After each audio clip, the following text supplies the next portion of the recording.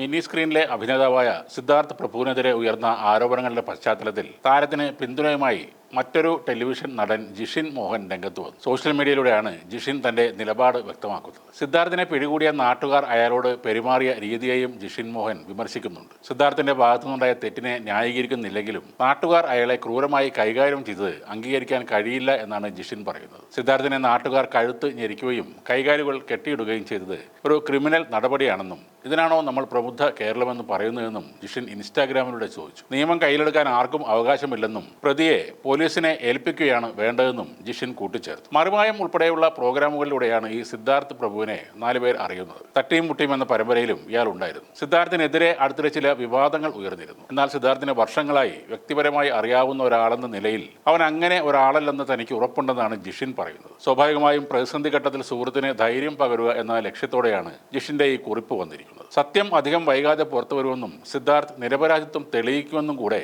ജിഷിൻ കുറിപ്പിലൂടെ പറയുന്നുണ്ട്. ഈ സംഭവത്തിൽ എന്ത് സത്യമാണ് ഇനി പുറത്തു വരാനുള്ളത് എന്നറിയില്ല. 2021 മോഡലുകളുടെ മരണവുമായി ബന്ധപ്പെട്ട ആരോപണം ഉയർന്ന DJ പാർട്ടിയിലും ഇയാൾ ഉണ്ടായിരുന്നു. അതാണ് സോഷ്യൽ മീഡിയ ഇൻഫ്ലുവൻസറായ അന്ന ജോൺസൺ പറയുന്നത്. 2021 ഒക്ടോബർ 21 കൊച്ചിൻ നമ്പർ 18 ഹോട്ടലിൽ വെച്ച് അന്ന എടുത്ത വീഡിയോയിൽ ഈ സിദ്ധാർത്ഥും ഉണ്ടായിരുന്നു. അവിടുത്തെ ദുരൂഹതയും 2 യുവതികളുടെ മരണവും ഉണ്ടായപ്പോൾ കൊച്ചിൻ സിറ്റി പോലീസ് കമ്മീഷണർക്ക് അന്ന ഒരു പരാതിയും കൊടുത്തു. അന്ന് എന്റെ ഫോട്ടോകളും വീഡിയോകളും റിവീൽ ചെയ്യില്ല ചേച്ചി എന്ന് സിദ്ധാർത്ഥ് പറഞ്ഞതായാണ് അന്ന ഇപ്പോൾ വെളിപ്പെടുത്തിയത്. അതായത് ഇത് ആദ്യത്തെ സംഭവമൊന്നുമല്ല. ലഹരി ഉപയോഗവും ഡ്രൈവിംഗും ഒക്കെ ഇയാൾക്ക് സ്ഥിരം പരിപാടി തന്നെയാണ്. മദ്യലഹരിയിൽ വാഹനം ഓടിച്ച് കാൽനട യാത്രക്കാരനെ ഇടിച്ച് പരിക്കേൽപ്പിച്ച സംഭവത്തിൽ എന്ത് നീതിയാണ് ജിഷിൻ സാറിന് ഇനി വേണ്ടത്? MC റോഡിൽ നാട്ടകം ഗവൺമെന്റ് കോളേജിന് സമീപമാണ് ഈ സംഭവം നടന്നത്. സിദ്ധാർത്ഥ് ഓടിച്ചിരുന്ന കാർ നിയന്ത്രണം വിട്ട് റോഡരികിൽ ലോട്ടറി വിൽപ്പന നടത്തിയിരുന്ന ഒരാളെ ഇടിക്കുകയായിരുന്നു. അത് മദ്യലഹരിയിൽ പറ്റിയതോ അല്ലാതെ സംഭവിച്ചതോ ആയ അപകടമായിരിക്കാം. അത് മാന്യമായി ഡീൽ ചെയ്യാൻ പോലും ഈ സീരിയൽ താരത്തിന് ആ സമയത്ത് ബോധമുണ്ടായിരുന്നില്ല. അപകടത്തിന് പിന്നാലെ അവിടെ ബഹളം വെച്ച ഇയാളെ നാട്ടുകാർ തടഞ്ഞു വെച്ചു. സ്ഥലത്തെത്തിയ പോലീസിനെയും സിദ്ധാർത്ഥ് ആക്രമിക്കാൻ ശ്രമിച്ചതോടെ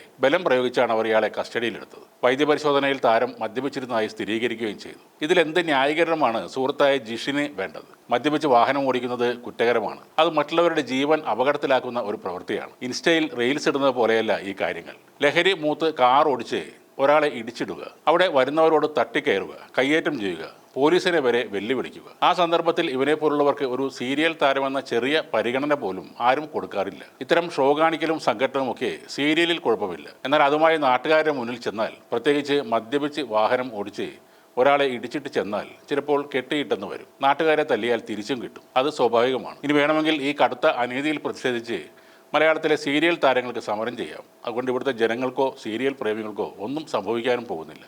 അവർ വേറെ എന്തെങ്കിലുമൊക്കെ പരിപാടികൾ TV യിൽ കണ്ടോളും.